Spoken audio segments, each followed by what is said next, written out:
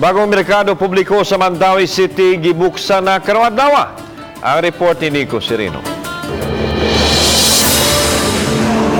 Nabisi kining mga vendors o stallholders sa pag-andam sa ilang tagsa-tagsa ka mga pwesto. Ang uban naghimo og istante og nang limpyo. Karong hapon ang soft opening sa moabot 400 million peso nga merkado diha sa Barangay Sentro. Ang uban nga mga negosyante nagpalihi pa sama ni mga nangka ug mga hinamis aron swertehon sa ilang negosyo. Ni ko lang sa mga katiguangan bagay kanila lagi ko nung nangka humot so ang tao mo doon lagi humot lagi niya. Tamis sad murag ka ng som nga buad to gid tamis. So kung na-customer pa sila. Gipangunayan sa mga opisyales sa Dakbayan ang pag-abli sa pasilidad.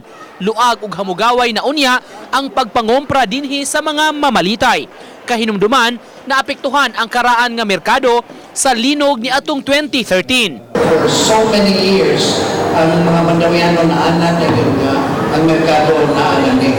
Unya strategic in the sense na duol sa mga barangay and really sa mga major resort kayo kaniadto. Plano sa syudad nga himuon ang merkado nga pilot area isip discipline zone.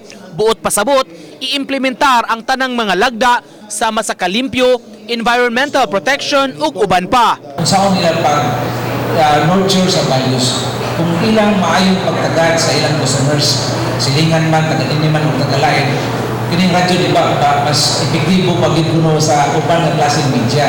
Uban ni Godfrey Relien, Nico Sereno, Balitang Bisdak.